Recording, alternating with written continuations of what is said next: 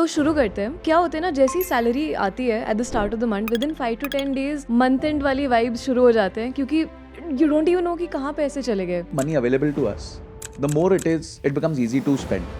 आपके हिसाब से उस इमरजेंसी फंड का साइज क्या होना तो चाहिए? रनवेज बेसिकली कि जहां से प्लेन टेक ऑफ कर सके। राइट। अब जितना छोटा प्लेन होगा उसको उतना छोटा रनवे चाहिए और जितना बड़ा प्लेन होगा उतना बड़ा रनवे चाहिए। आपने मेंशन किया था कि बिलियनर्स एक 1% रूल फॉलो करते हैं। I'll show you something on screen. A 1,000 rupee SIP would have converted into 2.3 crore rupees.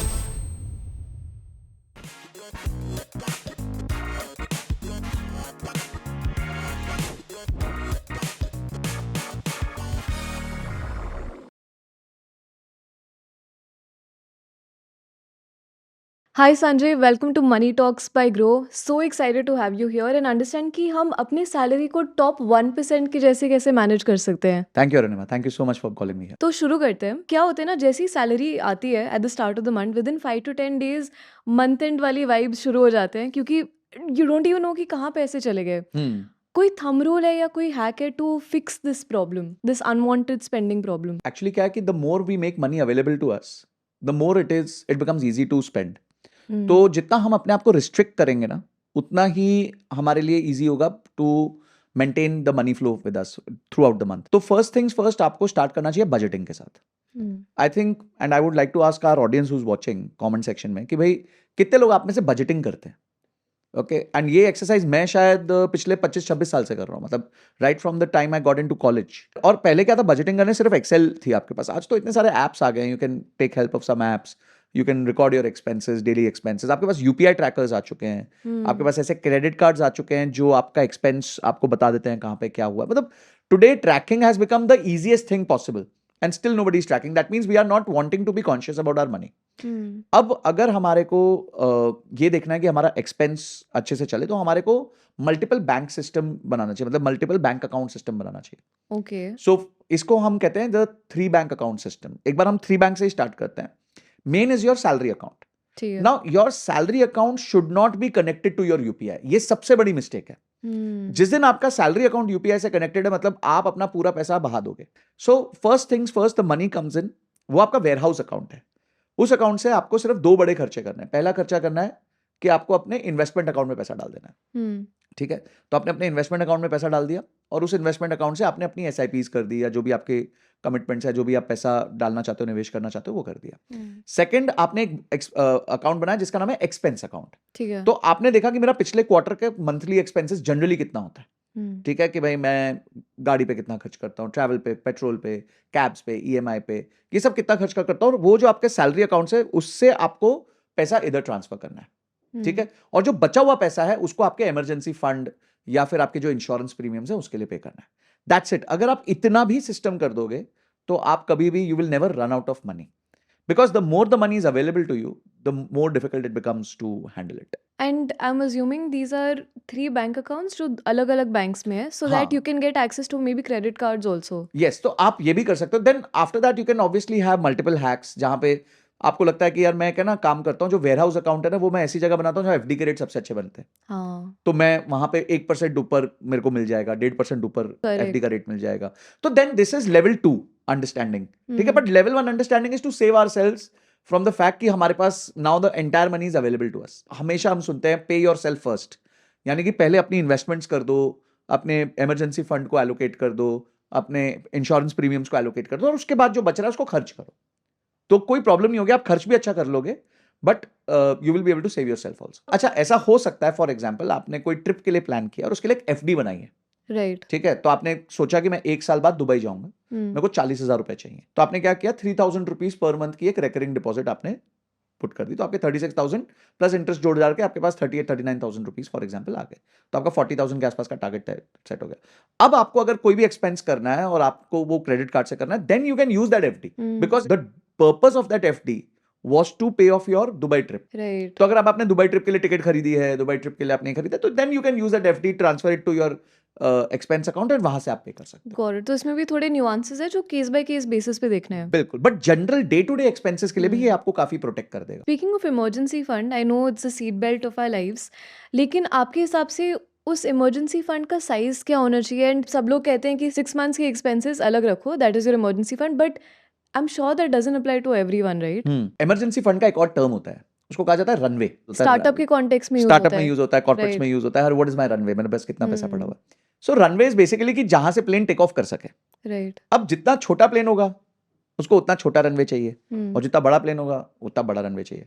Now if you have to land a private jet which is a smaller 6-सीटर private jet, Hmm. ठीक है, तो उसके लिए बहुत छोटा runway चाहिए आपको। हो सकता है 1 किलोमीटर 1.5 किलोमीटर में आपका काम हो जाएगा। If you have to land this जो बड़ा जंबो हम जिसमें ट्रैवल करते हैं जनरली, Yeah. ठीक है, तो दैट में take like a 2.5 kilometres.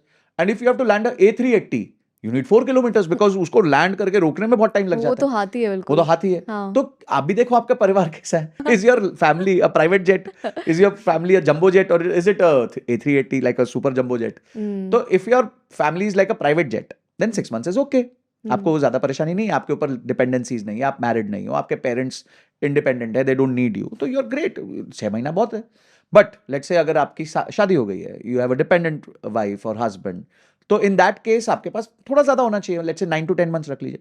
And then if you are a jumbo jet के, यानी कि आपके 2 बच्चे भी हैं, आपके परिवार वाले भी हैं, आपके पेरेंट्स भी हैं, then you should have more, 15 to 18 months। Got it. तो आप ये देखिए कि आप कौन है, मतलब are you a private jet, a normal jet, और A380, a very very big jumbo jet? Yeah, यहाँ पे clearly fat shaming नहीं हो रही है. हाँ, It's नहीं, only not at all. it's only the number I of would be the people. least person to do that.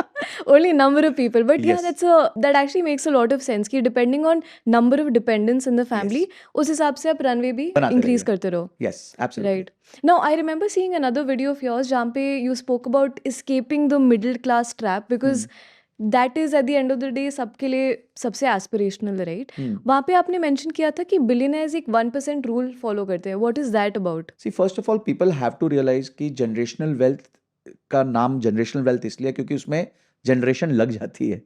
You know, generational wealth cannot be built in 2-3 years. Yeah. ठीक है, अगर आपको generational wealth short time में build करनी है, then you have to work on your active skills, you have to do a business, you have to do an entrepreneurial stint, but that is very high risk, which I think a lot of Indians will not be able to afford day one. पर अगर कोई 1 लाख रुपए कमा रहा है, तो क्या वो 1,000 रुपए का SIP लॉन्ग टर्म के लिए नहीं कर सकता, ऐसा कि मैं भूल ही जाऊं?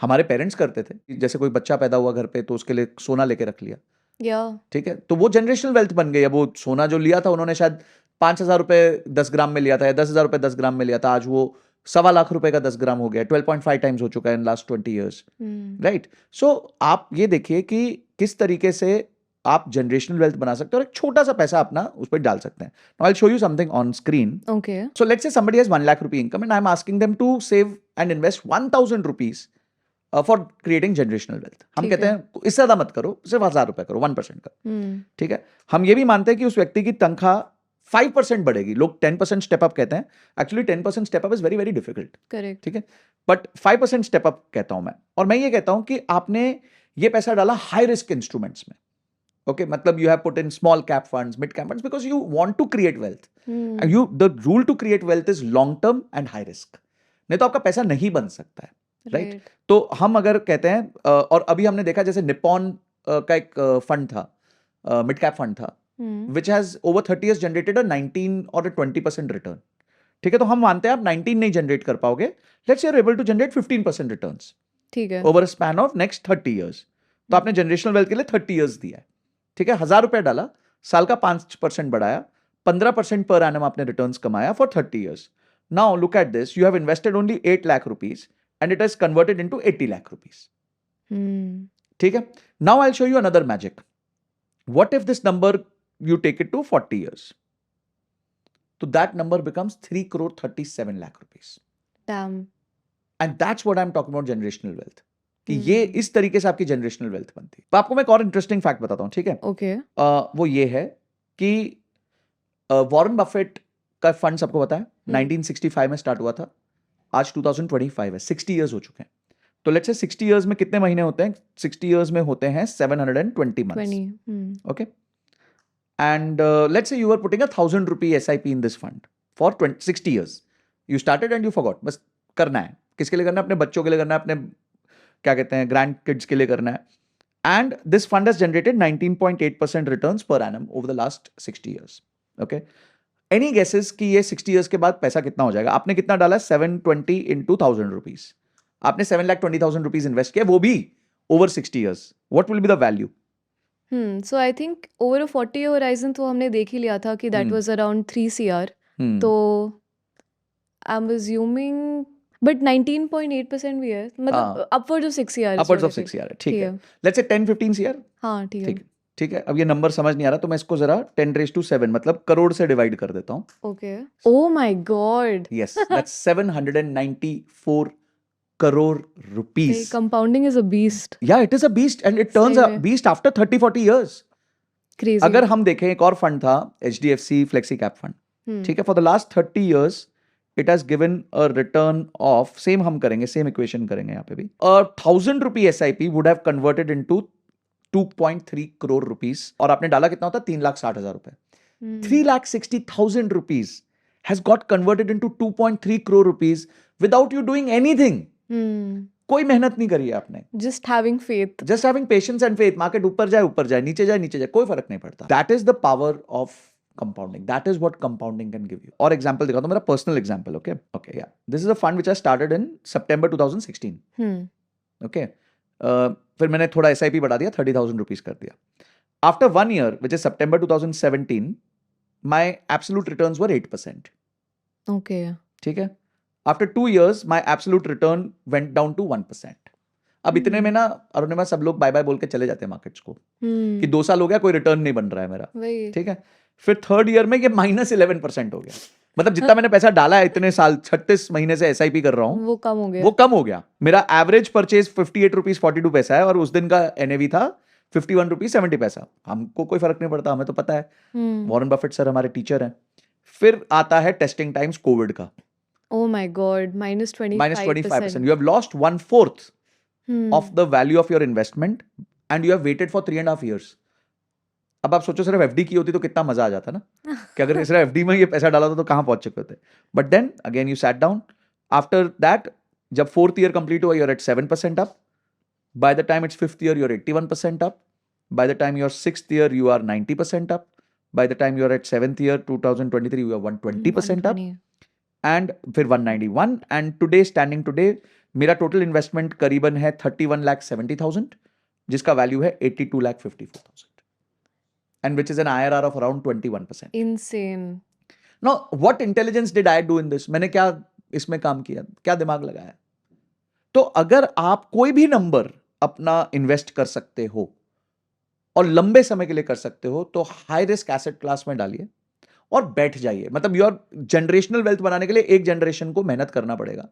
And if God has given you that opportunity, thank him and build that. SW की भी अगर बात करें हम, वहाँ पे एक सीक्वेंस ऑफ रिटर्न्स रिस्क भी आता है. वी डोंट नो, हमने कॉपस तो बना लिया लेकिन who knows the market might fall and फिर SWP का मतलब पॉइंट फिर कम हो जाता है. तो how should we minimise this risk? देखिए SWP में सबसे बड़ा रिस्क आपने वो भी बताया, सीक्वेंस ऑफ रिटर्न्स. और वो यही है कि जैसे हम हिंदी में कहते हैं ना, हमने सर मुंडवाए बाहर निकले ओले पड़ गए. So it's like you are saying कि मेरे पास 1 करोड़ का कॉपस है और आज मैंने डिसाइड किया कि मैं उसमें से SWP करूंगी. पर I decided on 27th of September 2024 when the market started falling down. तो मैं पैसा भी निकाल रही हूँ और value of my fund is also going down. अब इसको बचाने के लिए हम एक स्ट्रैटेजी यूज करते हैं जिसे हम कहते हैं well and bucket strategy. Okay. So well and bucket strategy क्या कहती है कि आपके पास, समझे ये मैडम के पास 9 करोड़ रुपए बचे हैं at the end of tenure. Now this 9 crore is her well, मतलब इट्स अ मनी वेल. ठीक है, कुआं है 9 करोड़ का. उसमें से पहली एक बाल्टी उठाओ. ठीक है, कितनी बाल्टी उठाओ? 2 साल का जो आपका एक्सपेंस है. समझो शी सेज कि मेरे को 9 करोड़ में से monthly I want to take out 2 lakh rupees या 3 लाख रुपीस. तो 3 lakh rupees into 12 36 lakh rupees. 36 lakh into 2 72 lakh rupees. तो 9 करोड़ में से 72 लाख रुपीस आप लिक्विड फंड में डाल दो और उसमें से विड्रॉ करो. Okay. Then the next bucket should be your hybrid funds. The next bucket should be your let's say flexi cap funds. The next bucket should be your large cap funds. And last का 30% should be still your risky assets. Mid cap, small cap, momentum funds. अब आप समझो 9 करोड़ में से अगर आपने 3 करोड़ रुपए risky asset में डाल दिए और वो 20 years फर्दर कंपाउंड कर गए तो that it itself will again become 10 to 15 crores. So this is called the well and bucket strategy. बार बार वो रिप्लेनिश होते रहेगा क्योंकि बारिश तो हो ही रही है, मतलब कंपाउंडिंग तो हो ही रही है. तो आपका वेल तो भरता ही रहेगा, भरता ही रहेगा. So we use the well and bucket strategy. I'll show you also as an example. But before that, I'll show you an interesting calculator here. So we made this calculator, Future Wealth and Income Planner. So आप एक friend का example लेते हैं और हम ये मानते हैं सीक्वेंस ऑफ रिटर्न्स की वजह से हमारा जो रिटर्न 11% हो सकता था वो सिर्फ 8% रह गया। ठीक है। ठीक है, 3% हमने ये मान लिया कि सीक्वेंस ऑफ रिटर्न्स का लॉस हो गया हमारे को।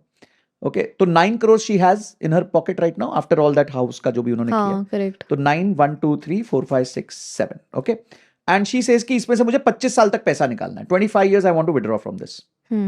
Okay, and today at from this 9 crores I want to start with 3 lakh rupees a month। तो 3 1 2 3 4 5 and annually I want to step up 5%, यानी कि इस साल मैं 3 लाख रुपए निकाल रही हूं, अगले साल मैं 3,15,000 निकालूंगी। अच्छा, इसमें भी स्टेप अप? इसमें भी स्टेप अप है, जैसे एसआईपी में स्टेप अप है, ये एसडब्ल्यूपी का स्टेप अप है। ठीक है जी, है। तो ये हमने कर लिया। अब क्या हुआ देखिए, over 25 years she will on an average withdraw 5,72,000 rupees per month, because first year it will be 3 lakhs, then it will be 3 lakhs plus 5% ऐसे कर करके। ठीक है। Her total withdrawal from a 9 crore account would be 17.18 crores over 25 years. And after that she will be left with 21 crore rupees in her balance. She's still left with 21 CR. Yes. This is the magic of compounding, and this is at 8%. Yeah. ठीक है, let's do 7% और खराब कर लेते हैं। ठीक है, still she is left with 12.28 crores. Let's do 6%. Okay, तब क्या है, तब वो खत्म हो जाती है बेचारी। चलो ठीक है, ओके फाइन। तो 6 से नीचे नहीं होना चाहिए, ऊपर हाँ, ऊपर। 6 से एंड ऊपर 6 अगर इज लाइक हो जाएगा, something we because can if understand. as I said 30% of your money also, if you can take out and reinvest in high risky, mid cap small cap funds, you will make your 11% 12% returns there. या तो ये तो case हो गया जहाँ 9 CR हमारा starting point हुआ because of a previous calculation. How do even understand कि हमारा फायर नंबर क्या होना चाहिए?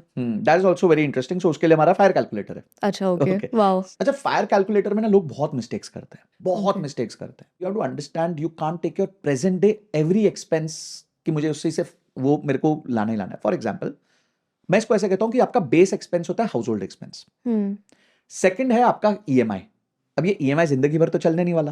आपने घर खरीदा हुआ है, ईएमआई 15 साल के लिए, 15 साल बाद बंद हो जाएगी ना ईएमआई, तो you don't need two factor that expense today for your future expenses. ठीक है, थर्ड इज आपने गाड़ी खरीदी हुई है तो गाड़ी की ईएमआई, फोर्थ आपके बच्चों की स्कूल की फीस जा रही है, तो ये सब तो एक्सपेंस बचेंगे नहीं ना once you are financially free. Correct. ठीक है, तो you become financially free the day you get rid of all these expenses. Your EMI is zero, बच्चों का एक्सपेंसेस टेकन केयर, सब कुछ हो चुका है, तो आप फाइनेंशियली फ्री हो गए। आज अगर आपका ये सबको माइनस करके खर्चा let's say 30,000 rupees per month है, ठीक है, आज आपकी एज है 30, you want to retire at 50। ठीक है, 30 पे हो 50, हम ये मानते हैं कि जनरल इन्फ्लेशन ओवर इयर्स अभी वैसे कम होने लग गई है, बट 5% रहेगी पर एनम। ओके। और लाइफस्टाइल इन्फ्लेशन आपकी लेट्स से 2% रहेगी। अब लाइफस्टाइल इन्फ्लेशन क्या होती है और जनरल इन्फ्लेशन क्या होती है, इसको सिंपल समझाता हूं। मैं पिछले साल अमूल का दूध पीता था, इस साल भी अमूल का दूध पीता हूं, तो उसमें जो बड़ा वो जनरल इन्फ्लेशन है। मैं पिछले साल अमूल का दूध पीता था, अब मैं कोई अच्छे ब्रांड का दूध पीने लग गया, तो दैट इज लाइफस्टाइल इन्फ्लेशन। ठीक है, so I have improved the brand which I consume. I used to wear a 1,000 rupee shirt. Now that 1,000 rupee same brand is now 1,100. That's general inflation. I used to wear a 1,000 rupee shirt, but now I've started wearing a new brand which is 2,500 rupees. Okay. So that is lifestyle inflation. ठीक है, तो ये आपने कर दिया 5 plus 2, 5% general inflation, 2% lifestyle inflation. अच्छा, हमारा एक रूल है कि आप अपनी इन्वेस्टमेंट को उतना स्टेप अप करो जितना जनरल प्लस लाइफस्टाइल इन्फ्लेशन आप करना चाहते हो। So in this case it is 5 plus 2 which is 7, तो हम स्टेप अप करेंगे 7। ठीक है, हम ये मानते हैं कि जो भी आप रिटर्न्स कमाएंगे वो 12% पर एनम के आसपास कमाएंगे। Let's see what happens. आज आपका एनुअल एक्सपेंस है 3,60,000 रुपीज। ठीक है, on retirement your annual expense would be 14 lakh rupees.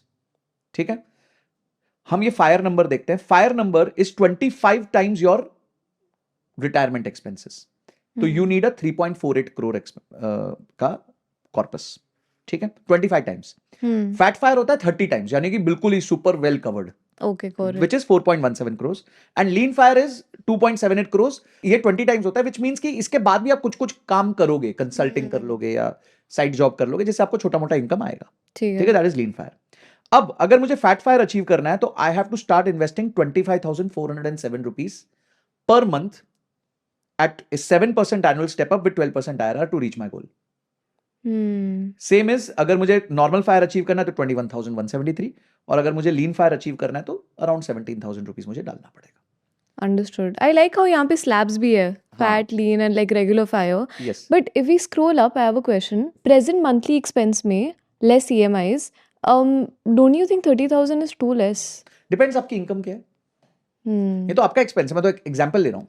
Okay, it could be 50, it could be हाँ 70, it could be 10, 15. because if you're living in like a tier 1 city Hmm. and if you're getting maybe 50,000 rupees, that also seems like a stretch, right? If Stretch. you have to plan a fire number. देखिए, अगर आप 50,000 कमा रहे हैं तो आपका lifestyle 1 lakh वाला तो नहीं हो सकता ना, हाँ नहीं तो आप फिर उधार में आ जाओगे. तो you have to factor for your lifestyle in a way which is matching your income. What is FIRE? Financially independent. And what is financially independent? That means जो आपके पास कॉर्पस है, it is enough to sustain your monthly expenses. अब इसमें देखिए मजा कि in case you say कि मैं बहुत frugal हूँ, I want to achieve my financial independence early. ठीक है, तो let's say I want to achieve it at 45, 15 साल में चाहिए मुझे. ठीक है, तो in that case what happens? In that case you need to invest 33,000 rupees.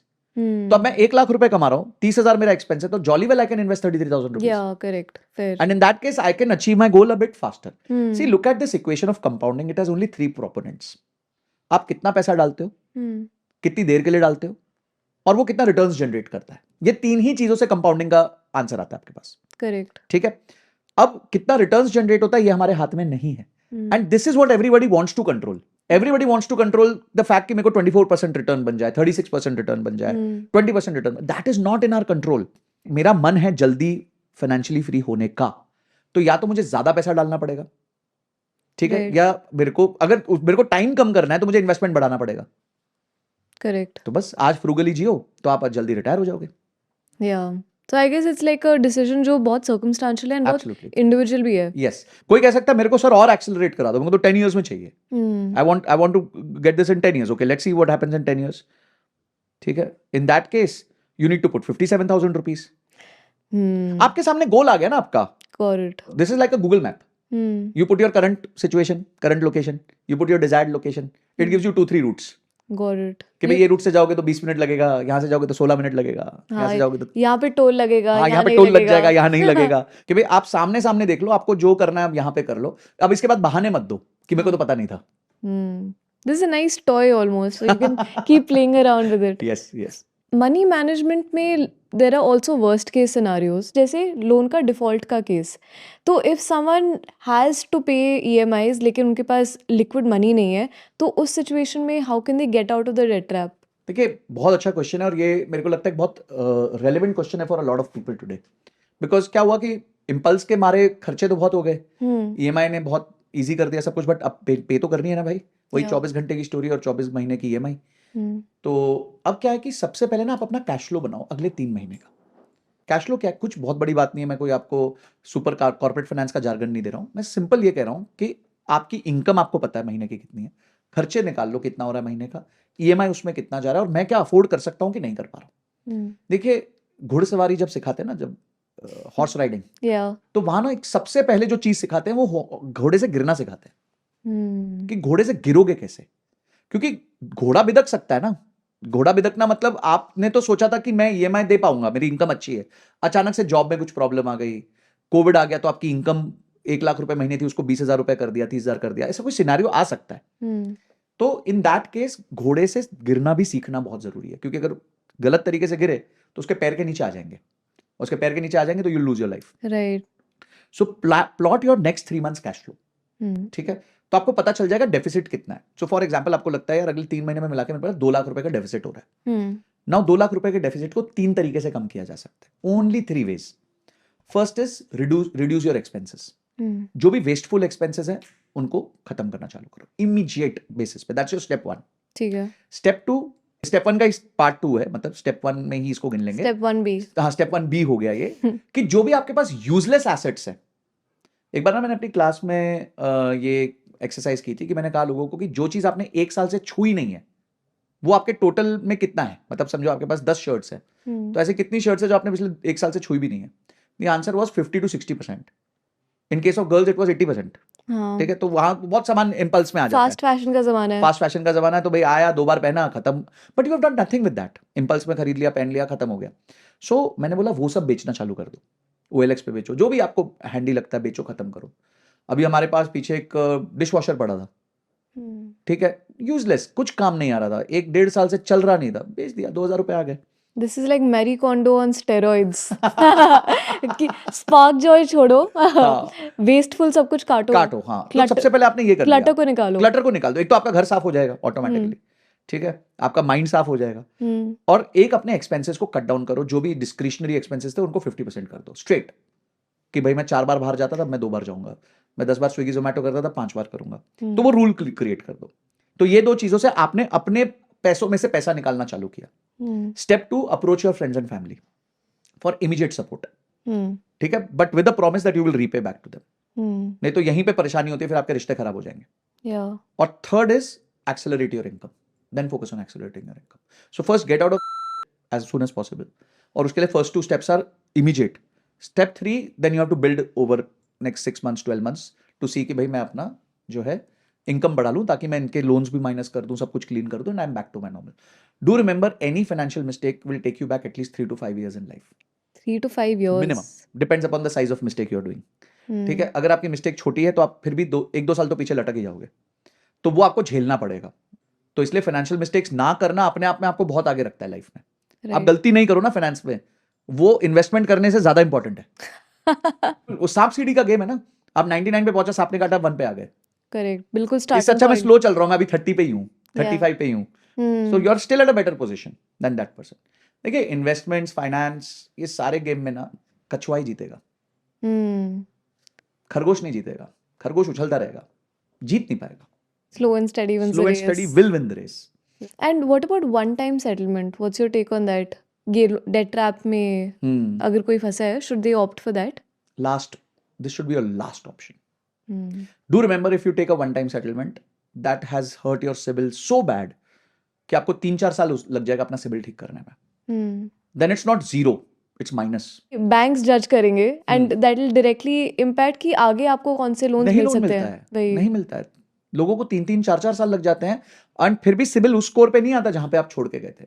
See, CIBIल is like reputation. It's like कांच है वो. एक बार दाग पड़ा ना तो वो दिखेगा हमेशा. चाहे आप उसको कितना भी गोल्डन लाइन से ठीक कर दो, किसी से भी ठीक कर दो. इसलिए मैंने क्या कहा, step 2 is friends and family. I didn't tell कि बैंक के पास जाओ, प्राइवेट लेंडर के पास जाओ, गोल्ड लोन लो, ये सब नहीं बोला मैंने कहा फ्रेंड्स एंड फैमिली के पास जाओ, बिकॉज वो लोग CIBIल में रिपोर्ट नहीं करेंगे.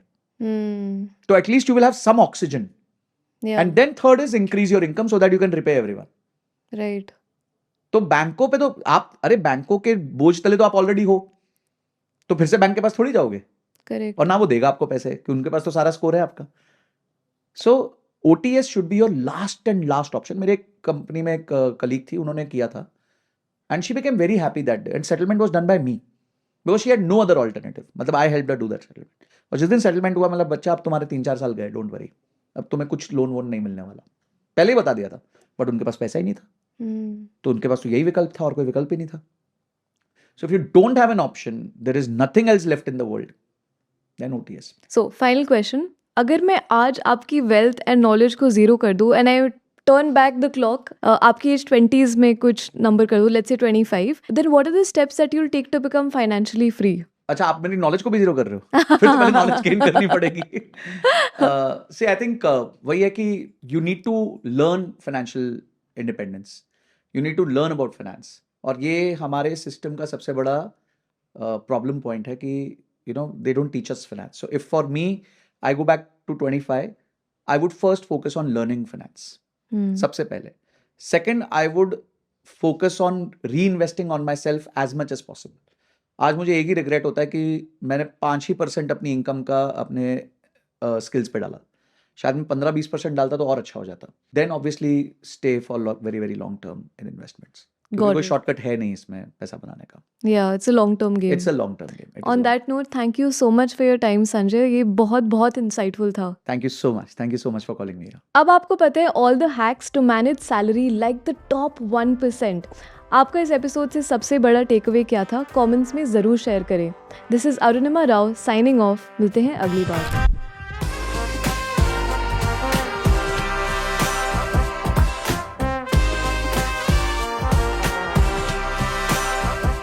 Investment in securities market are subject to market risks. Read all the related documents carefully before investing. Please read the risk disclosure documents carefully before investing in equity shares, derivatives, mutual fund, and or other instruments traded on the stock exchanges.